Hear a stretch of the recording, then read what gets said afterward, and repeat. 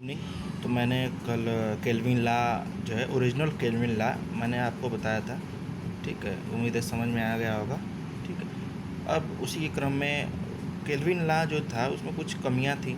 ठीक है, उसमें कुछ चेंजेस अनिवार्य थे। ठीक है, तो वो चेंजेस जो है एक वैज्ञानिक थे जी कैप, नोट्स में मैंने बताया होगा जी कैप। ठीक है, जी कैप नामक वैज्ञानिक ने उसमें कुछ चेंज किए। ठीक है, वो चेंजेस क्या थे? जैसे केल्विन ने के नियम कुछ सीमाएं भी थी। ठीक है, उसमें था कि जैसे कि चालक की कास्ट जो होती है उसके आपके एरिया पे डिपेंड कर रही थी। जो आपकी फिक्स चार्ज था, यानी फिक्स चार्ज जो है वो एरिया पे डिपेंड कर रही थी। ठीक है, तो जी कैप ने ये संशोधन किया कि चालक की कास्ट केवल चालक की एरिया पे नहीं, बल्कि जो आपके पोल्स होते हैं, ठीक है, जो पोल्स लगते हैं, टावर्स लगते हैं, ठीक है, टावर्स हैं, इंसुलेटर हैं, ठीक है, और इरेक्शन का खर्चा जो होता है, इरेक्शन मतलब उद्घर्षण का। ठीक है, मतलब मान लीजिए कि पोल्स को लाने में, टावर्स को लाने में, इंसुलेटर को लाने में, ठीक है, जो ट्रांसपोर्टेशन की सहायता ले जाती है, ठीक है, वर्कर्स जो लगते हैं, ठीक है, तो उसको उसमें इरेक्शन का भी कास्ट जोड़ना चाहिए, जो अनिवार्य है। ठीक है, तो ये केल्विन के नियम में क्या था? ऐसा कुछ था? कुछ नहीं था। जो आपका फिक्स चार्ज था उसमें क्या था कि हम कह रहे थे कि C1 इज प्रोपोर्शनल टू ए, यानी कि कंडक्टर के एरिया पे डिपेंड कर रहा था आपका फिक्स चार्ज। ठीक है, तो इसमें केल्विन ने पोल्स, टावर, इंसुलेटर या इरेक्शन पे जो खर्चा आता है, जैसे ट्रांसपोर्टेशन हुआ, लेबर चार्ज हुआ, ठीक है, वो सब उन्होंने ऐड नहीं किया था। ठीक है, तो जी कैप ने जब इसमें संशोधन किया तो उन्होंने ये बताया कि जो चालक का फिक्स कास्ट है उसमें केवल चालक की कास्ट नहीं, बल्कि जो पोल्स लगते हैं, टावर लगते हैं, ठीक है, इंसुलेटर हैं, और जो इरेक्शन पे जो खर्चे होते हैं, इरेक्शन मतलब उद्घर्षण, मतलब पोल टावर को लाने में जो ट्रांसपोर्टेशन यूज किया जाता है, ठीक है, जो आपके वर्कर हैं, लेबर हैं, ठीक है, तो इन सब का भी खर्चा क्या हुआ, जोड़ना चाहिए। ठीक है, लेकिन केल्विन ने क्या किया था, उसको हटा दिया था। उसमें ऐसा कुछ नहीं था, केवल C1 इज प्रोपोर्शनल टू ए के ही उन्होंने दिया था। ठीक है, तो जी कैप ने इसमें संशोधन किया। ठीक है, और संशोधन करके बताया कि जैसे कंडक्टर की साइज़ जब अगर बढ़ेगी, ठीक है, कंडक्टर की मान लीजिए अब यहाँ पे क्या है, C1 इज प्रोपोर्शनल टू ए है। ठीक है, तो अगर कंडक्टर की साइज़ बढ़ रही है, ठीक है, तो क्या होगा, कंडक्टर का वेट भी बढ़ेगा। ठीक है, वेट आपका इंक्रीज होगा, और वेट के बढ़ने से जो मैकेनिकल स्ट्रेस है, ठीक है, यांत्रिक जो सामर्थ्य है यानी खिंचाव है, वो भी वृद्धि होगी। ठीक है, तो जिसके कारण क्या होगा, आपको ज़्यादा मजबूत टावर्स की ज़रूरत पड़ेगी।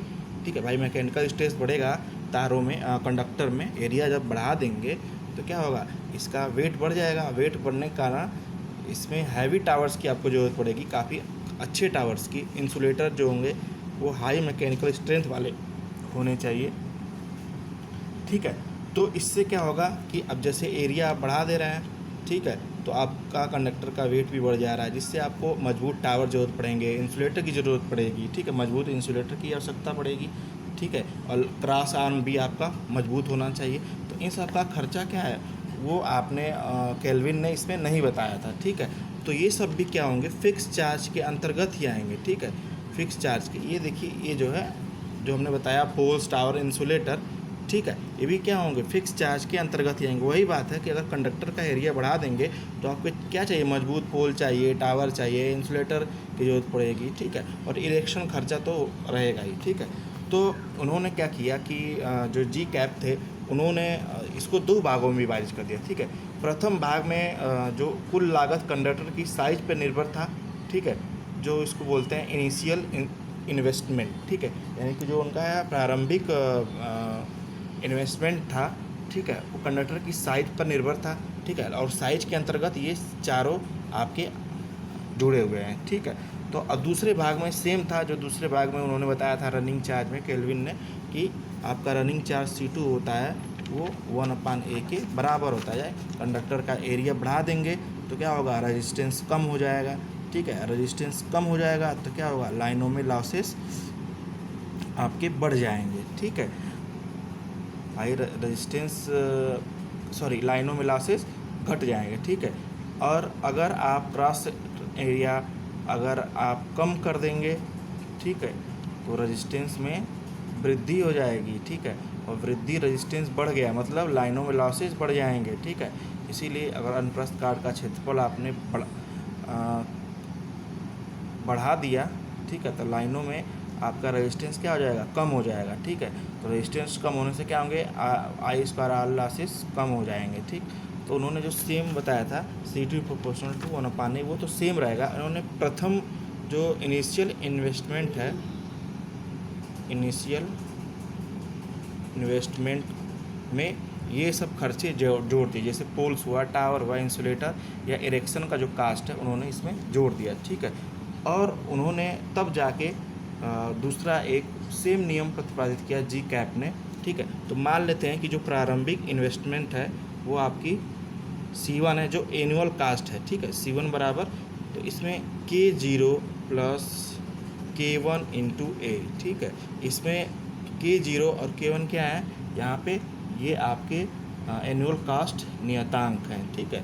तो ये आपका पहला इक्वेशन आ गया था, उसमें K0 नहीं था, ठीक है। K0 यहाँ पे जो क्या है, ये K0 वही कास्ट है जो आपके पोल्स, टावर और इंसुलेटर इरेक्शन पर लग रहे हैं, ठीक है। उसमें ये नहीं था, उसमें बस C1 बराबर K इंटू ए था। ये K0 क्या है, जो ये अतिरिक्त खर्चे हैं, ठीक है। कंडक्टर का साइज बढ़ाने पर आपको अच्छे टावर्स चाहिए, काफ़ी स्ट्रांग महंगे इंसुलेटर चाहिए जो इसकी मैकेनिकल स्ट्रेस हाई हो, ठीक है। तो यहाँ पे एक टर्म उन्होंने K0 प्लस K1 इंटू ए जोड़ दिया, ठीक है। अब देखिए, यदि मान लें कि R एनुअल इंटरेस्ट से, ठीक है, यानी कि अगर स्मॉल जो एनुअल इंटरेस्ट आ रहा है इसका, वो आपका स्मॉल R है, ठीक है, प्रति यूनिट है। यानी कि प्रति यूनिट अगर इस कंडक्टर का वेट बढ़ रहा है, ठीक है, तो या प्रति यूनिट अगर टावर्स बढ़ रहे हैं या पोल्स बढ़ रहे हैं, तो उस पर जो इंटरेस्ट लग रहा है वो मान लीजिए R है, ठीक है।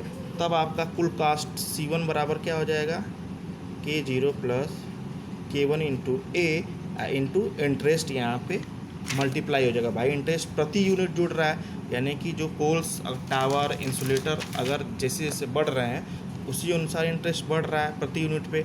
और सेम उसी प्रकार अगर कंडक्टर का वेट भी बढ़ रहा है तो उसी अनुसार इसका इंटरेस्ट क्या हो रहा है, बढ़ रहा है, ठीक है।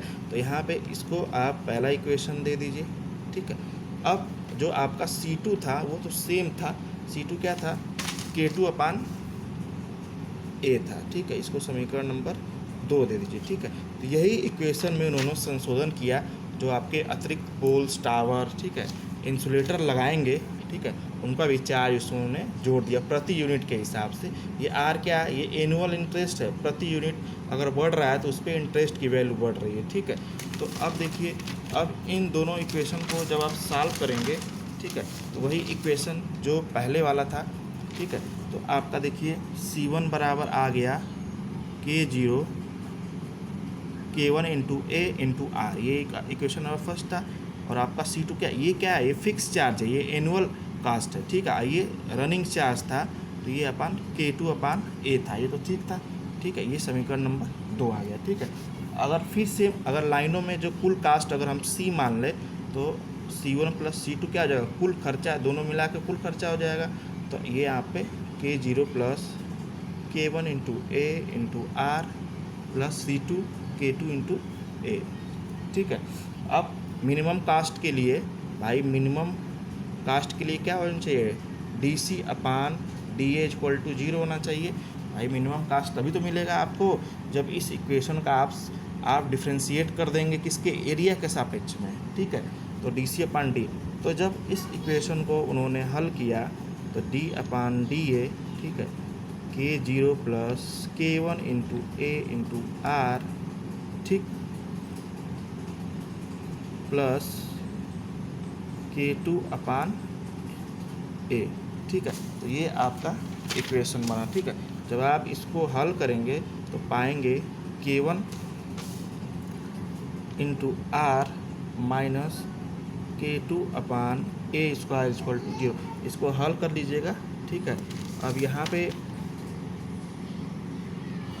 ठीक है, तो ये आपका K1 into R minus K2 upon A square बराबर 0, ठीक है। अब देखिए यहाँ पे जब इसको सॉल्व करेंगे तो ये आपका K1 इंटू आर, ठीक है, एक ए आप इधर भेज दीजिए, ठीक है, और एक आपका K2 अपान ए हो जाएगा, ठीक। तो ये आपका वो इक्वेशन आ गया। या इससे आप ए की वैल्यू भी निकाल सकते हैं, यहाँ से इस इक्वेशन से आप ए की वैल्यू भी निकाल सकते हैं। तो ए बराबर क्या आ जाएगा, under root K2 upon K1 into are.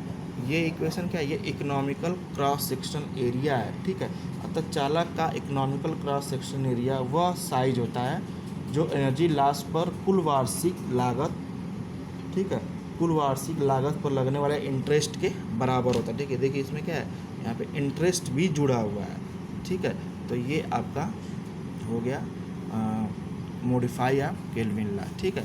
इसका ग्राफ के माध्यम से देखेंगे, ठीक है। देखिए इसका ग्राफ कैसे बनेगा, सेम ग्राफ बनेगा, थोड़ा सा इसमें चेंजेज होगा, ठीक है। पहले आप एक्सिस ड्रा कर लीजिए, ठीक है। अब ये आपका कंडक्टर का एरिया हो जाएगा और ये कुल एनुअल कास्ट हो जाएगा, ठीक है।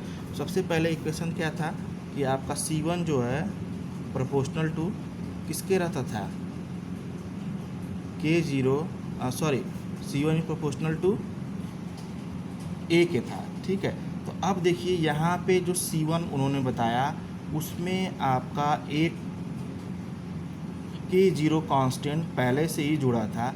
ये क्या था, पोल्स टावर इंसुलेटर पर लगने वाले खर्चे थे। तो इसीलिए जो इसका ग्राफ होगा उसमें पहले ही जीरो से शुरू ना होके ये कहाँ शुरू हो जाएगा, थोड़ा सा ऊपर से। क्यों, क्योंकि इसमें ऑलरेडी जो है K0 कास्ट यानी कि इंसुलेटर, टावर्स, पोल्स और इरेक्शन या ट्रांसपोर्टेशन, लेबर चार्ज या वर्कर के जो चार्ज हैं वो जुड़ चुका है, ठीक है।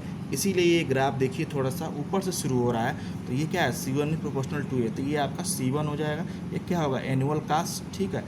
और दूसरा था C2 इज प्रोपोर्शनल टू 1 अपान ए के था। तो यहाँ पे जो ग्राफ बनेगा ये ऐसे आपका हाइपरबोला टाइप का बनेगा, ठीक है।